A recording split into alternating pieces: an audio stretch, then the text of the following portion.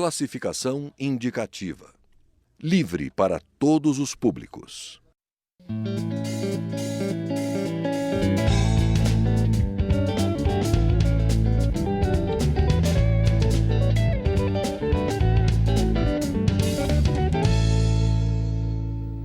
Olá. Principal bandeira econômica do governo Michel Temer, a proposta de emenda constitucional que limita os gastos públicos nos próximos 20 anos tem dividido a Câmara. O deputado Patrus Ananias, do PT de Minas Gerais, conversa comigo sobre os impactos desta medida no Palavra Aberta. Eu sou Daniela André e este é um programa da Rádio Câmara e da TV Câmara. Deputado, bem-vindo à Palavra Aberta. É um prazer, Daniela, estar aqui com você também e com os nossos telespectadores. Deputado, como é que o senhor avalia essa medida de congelamento dos gastos públicos aí nos próximos 20 anos? Eu considero a PEC 241 um crime de lesa pátria. E digo isso após muita leitura e reflexão. Ela congela o Brasil. Primeiro, afronta a Constituição. Afronta a cláusula pétrea da Constituição, relacionada com os direitos fundamentais, desmonta toda a ordem social, pega a educação e a saúde, que são duas políticas sociais fundamentais, mas também pega a previdência social, a assistência social. Seguramente um programa como o Bolsa Família vai sofrer rapidamente as consequências, assim como o BPC, o benefício de prestação continuada, que é um benefício que garante às pessoas pobres, idosas com mais de 65 anos e as pessoas com deficiência incapacitadas para o trabalho, um benefício que corresponde ao salário mínimo. É um benefício previdenciário não contributivo. E a linha de entrada no programa é que as pessoas sejam realmente muito pobres. É 1/4 do salário mínimo. Então são vários programas sociais que vão ser diretamente atingidos, além de outros programas que são estratégicos para o desenvolvimento do Brasil.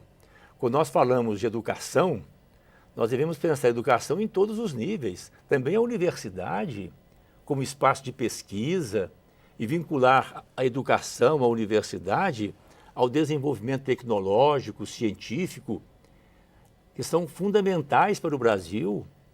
Essa área da pesquisa, o Brasil tem um déficit muito grande nesse setor. Nós precisamos, de um lado, afirmar a soberania do nosso país, a nossa independência plena, econômica e, ao mesmo tempo, a justiça social. Então, eu vejo que será um congelamento durante 20 anos e um desmonte da democracia, porque desmonta a Constituição Cidadã, de 5 de outubro de 1988, desmonta as políticas públicas sociais de inclusão, as políticas mais voltadas para os pobres, presentes também na nossa Constituição, e, o que é mais grave, a meu ver, desmonta o Estado brasileiro, na perspectiva de nós formarmos uma nação soberana e independente. Deputado, agora o governo afirma que isso é essencial para retomar o equilíbrio fiscal. A gente está vivendo uma crise econômica, muitos brasileiros aí desempregados, assustados com isso. Qual a saída?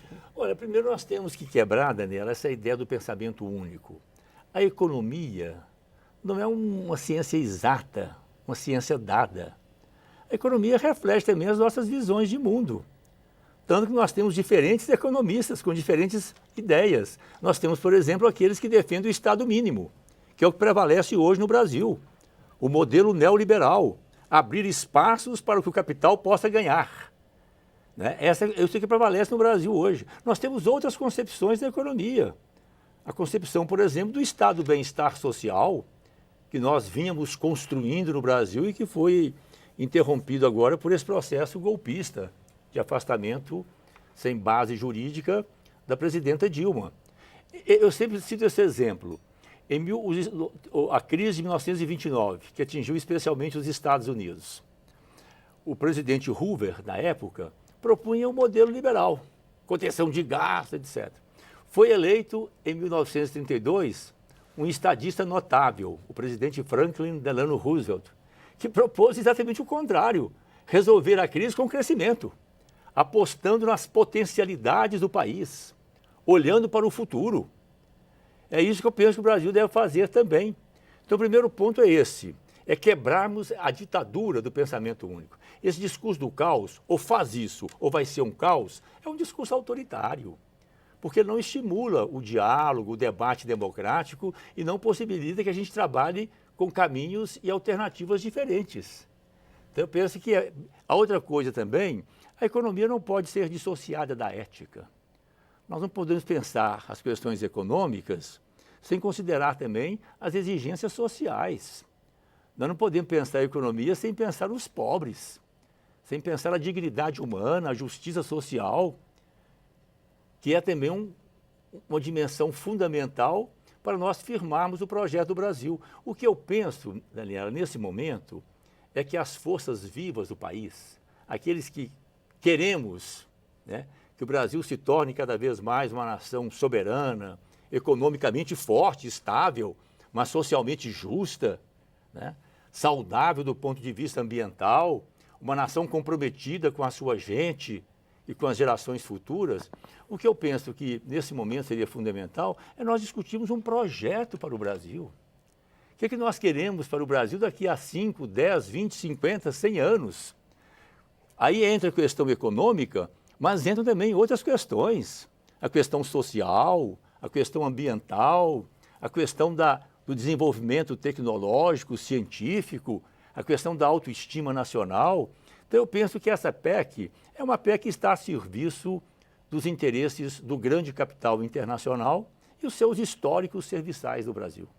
Deputado, agora o PT estava no governo até recente, por 13 anos, e a crítica que se faz é que o PT é que levou a essa conjuntura de termos um déficit nas contas públicas e que pode se comprometer realmente o investimento social. Nós tivemos, né, Daniela, nos últimos anos, um quadro de crise internacional. A crise de 2007, 2008, que ainda não foi resolvida, há uma situação de crise na Europa, né? Houve uma diminuição no crescimento da China, há um quadro de crise internacional. Mas diante de uma crise, eu sempre penso isso, diante de uma crise, é preciso nós pensarmos o seguinte: o que é melhor para o nosso país? E abrirmos um debate sobre isso. Nós não vamos sair da crise fazendo opção estreita, unilateral. Eu me lembro bem também, se tem o exemplo dos Estados Unidos, o exemplo do Brasil.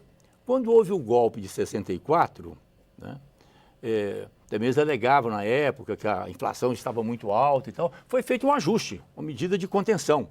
Eu me lembro bem, eu era jovem na época, né, mas eu me lembro que 2 ministros que eram representantes do liberalismo, como estão fazendo hoje, o Roberto Campos e o Otávio Gouveia de Bulhões, para implantar no governo do então general Marechal Castelo Branco, o primeiro militar do período ditatorial, fazer o ajuste.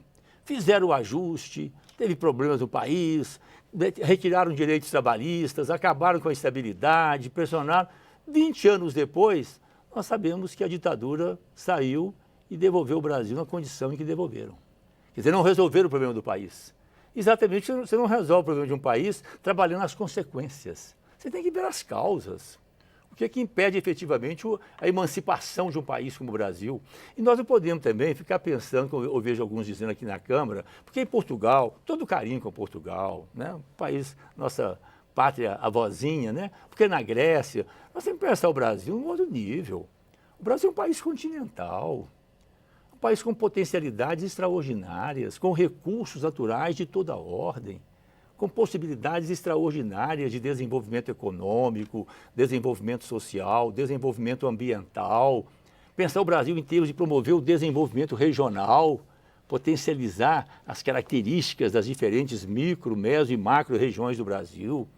Pensar o país, as suas possibilidades várias, e não uma emenda constitucional que vai travar o país. Além de ser, como eu disse, quero reiterar isso, uma PEC que fere de morte a Constituição e, portanto, o Estado democrático de direito no Brasil. Deputado, o PT recentemente, no último ano, apresentou algumas propostas de ajuste fiscal e acredito que concorde com algumas medidas de ajuste fiscal. Qual a alternativa para esse projeto? Eu penso que é um desafio que nós temos, é importante nós trabalharmos um projeto para o Brasil.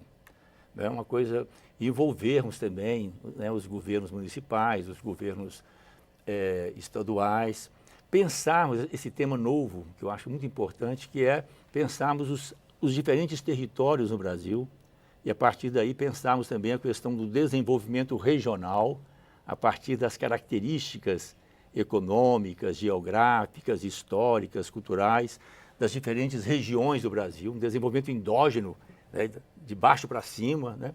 Eu penso que é um debate onde nós temos que conciliar três coisas. Eu acho que é um desafio, sim. É um desafio que exige criatividade e debate. Primeiro, a estabilidade econômica, que eu defendo.